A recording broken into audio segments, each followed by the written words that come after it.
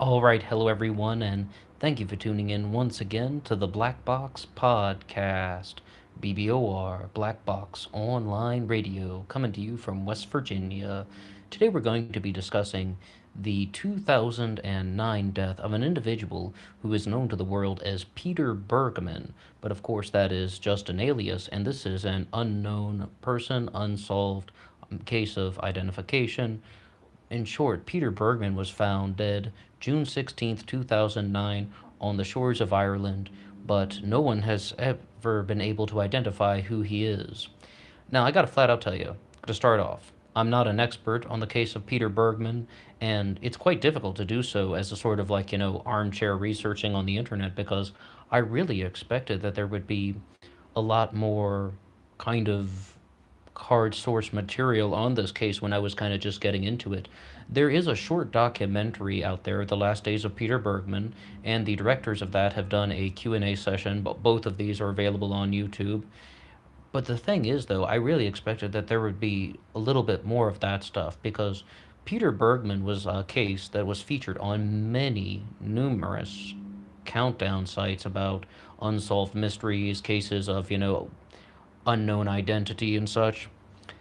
Well, I guess we should kind of get to the heart of the issue, and then we can discuss some theories associated with the death of Peter Bergman.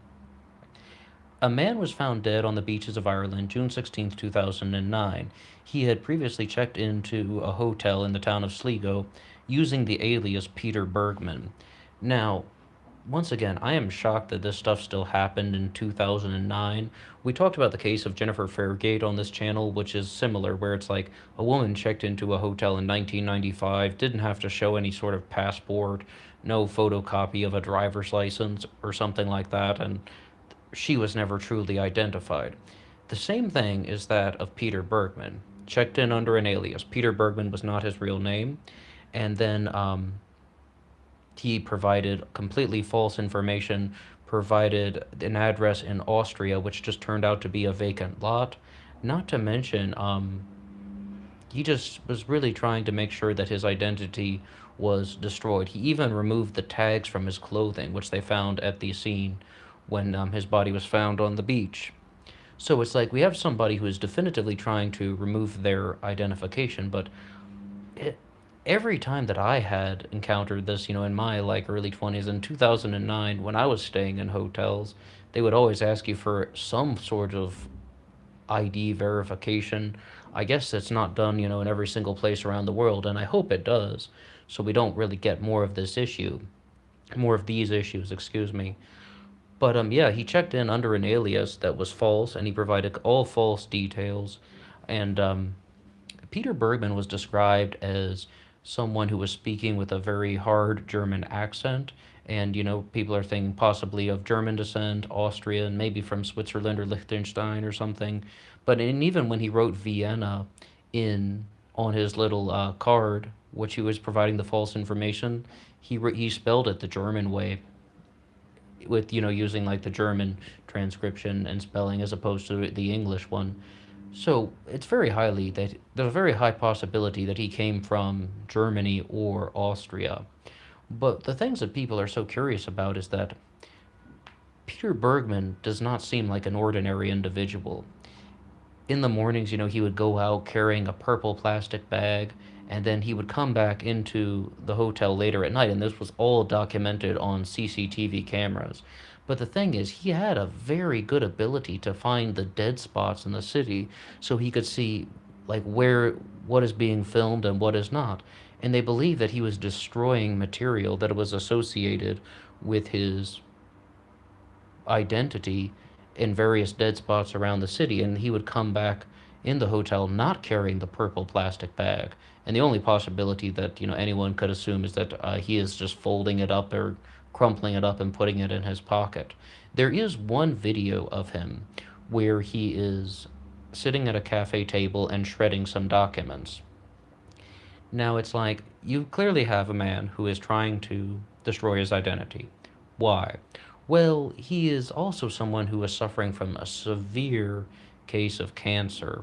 And like he would have apparently have been in agonizing pain because of like the tumors and just the level that was in, but the level that the cancer was in, but he had no medications found in his system, and people think that that is just absolutely bizarre and perplexing.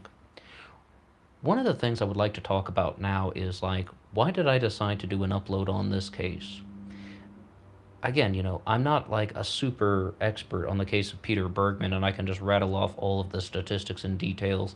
I highly recommend everyone watch the documentary The Last Days of Peter Bergman, but this case, more so than any other, it's like a lot of people throw around some little theories like, oh, well, what if he's a spy? What if he's working as a secret agent? What if he's connected to some secret organization? This might be one of the few times when I'm like, well, there's actually a possibility that that could be true. And I was so glad when they even brought this up in the Q&A session for the film The Last Days of Peter Bergman. Someone was just like, hey, you made a very fact-based film. Can you guys speculate at all? And they talked about that the coroner that they interviewed, the coroner who had examined Peter Bergman, whoever he really is, and they said, based on his ability to locate the dead spots in the city at such a high level, it almost seems like he was a Mossad agent or something. But I don't necessarily know if he was in the Mossad. As far as I know, they're from Israel, right? And Peter Bergman was seen eating a ham and cheese sandwich in a coffee shop on the security camera and on the CCTV camera, rather.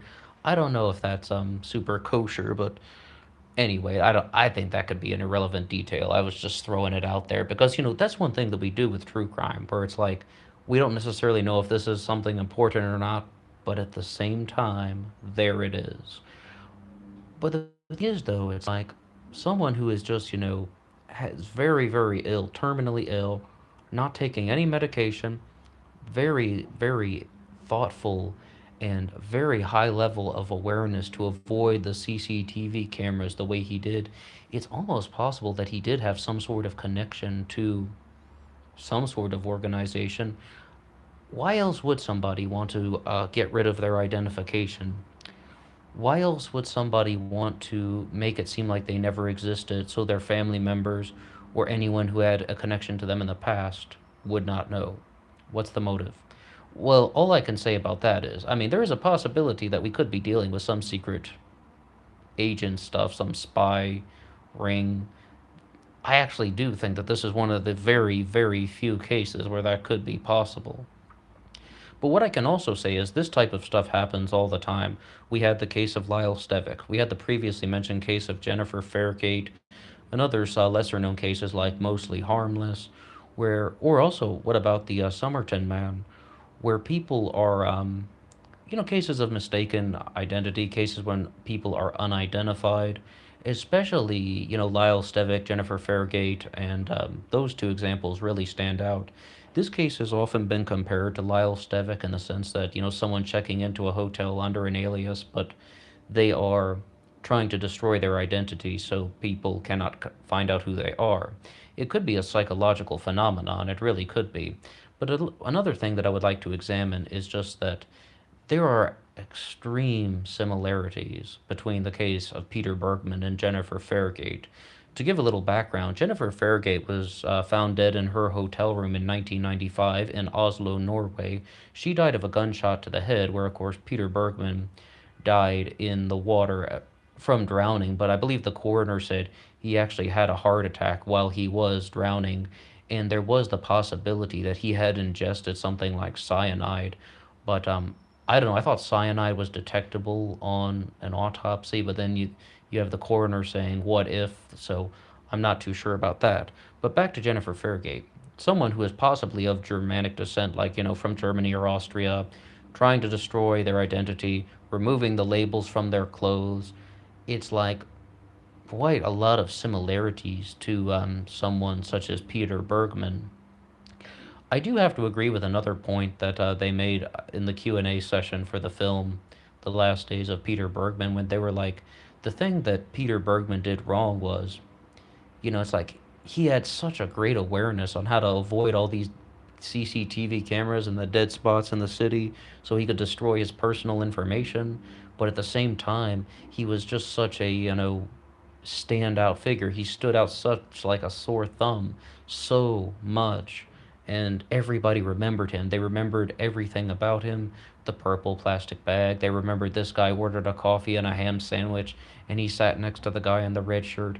He just stood out so much because people were figuring out that there's something a little bit different about this guy. So Peter Bergman's trying to destroy his identity, but at the same time he is just bringing all of this attention in on himself. And because of the CCTV footage and because of the internet, people are now discussing the case of Peter Bergman even more. So this is just something that it's like it really turned into probably not exactly what he would have wanted.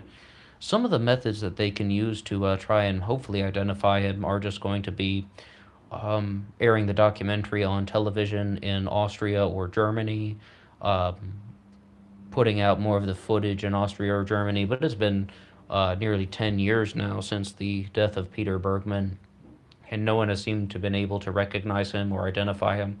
Not to mention, we aren't 100% sure he was German. I mean, he wrote down something in Austria. I mean, like, they said he had a hard German accent. I mean, what if he's from just a neighboring country or something like that? I mean, we don't necessarily know that he was German or Austrian or something like that, and it's not definitive. We do have something else, though, that Peter Bergman purchased a variety of 82-cent stamps, and he was mailing letters. Because I was reading a lot of the comments, and people were saying that he had no friends, he had no family, he had no one to say goodbye to, and we were like, well, not exactly, because they do have a report of him purchasing stamps, and I believe they do definitively know that he mailed a series of letters or documents. He mailed certain things, right? So that means that he could have been trying to contact somebody in some way. Again, I'm not 100% sure about the motivations why people go to these great lengths to destroy their identity. Like I used to watch CSI back in the day, and they brought up stuff like this associated policies. Whereas, like if a person commits suicide, then they don't get their families won't get the benefits, so they want to kind of, do sort of twisted ways to make it look like they died of natural causes, or in the cases of these individuals that we've discussed, like Jennifer Fairgate and Peter Bergman, trying to make yourself unidentified and just disappearing off the face of the earth. I don't personally believe that that's what's going on with Peter Bergman, but I think that certain people will do that, and it's something to bear in mind when we look at cases of unidentified individuals in the future. But we've also talked about the possibility that this could actually be someone who does have a connection to some kind of intelligence organization, some sort of, I'm about to say spiring again, but I don't like the way that sounds. That almost sounds too juvenile. Someone who has connections to a high level government operation, something of that nature. No matter what we can say about Peter Bergman is he was very thoughtful, he was meticulous, he was very good at planning. And you see photos of him walking around on the CCTV cameras. Apparently, he was in extreme pain, or he should have been, but didn't really show it too much. Although, I mean, some people can, when they're in pain, like and they're walking, it doesn't show that easily. And like, I mean, a lot of us, have experienced similar things. Although, but I mean, like, no visible signs of it that much. And the fact of the matter is, it's something people notice something different about him because they always remembered him so vividly. Whereas, it's like he is this kind of just tall, I was about to say imposing figure, but he's a standout figure. And that kind of is kind of also pushing people to think maybe he had a connection to some sort of intelligence organization, something that where he just wanted to kind of this get rid of his identity because maybe if he died under his real name, he would be connected to something from his past. For, and that doesn't necessarily have to involve any governmental organization. Perhaps, if someone's involved with something in the past and that they don't want the world to know about once they pass away, they don't want their families to know about once they've passed away, they would go to a length like this. Whereas, there are also a lot of people out there, like when we look at cases like Lyle Stevick or perhaps Mostly Harmless, those individuals kind of give me the impression that they just wanted to kind of disappear off the face of the earth because they thought it was a more peaceful way to go out. There was like, someone who's given up on life and they just kind of want to let it go, for lack of a better term. They just want to go out on their own terms. And a lot of people have been saying that about Peter Bergman. They were like, okay, this guy was terminally ill and he wanted to do it on his terms. He wanted to die when he chose, not when the disease would have overtaken him. Well, if that's the case, though, you don't have to destroy your identity and find the blind spots in the city to kind of destroy whatever's in those purple plastic bags he's carrying around. There are other ways to do that. I mean, you don't have to go to such great lengths to stay hidden. That's why people are thinking he has connections to some sort of higher level spy ring. Forgive the term once again. I mean, this one is one of those cases where it's like, I just wish that we kind of had more things going on out there about, kind of more articles that have been written that are providing newer insight and new informations and putting out new theories that could be challenged. So we've talked about a couple theories in this one.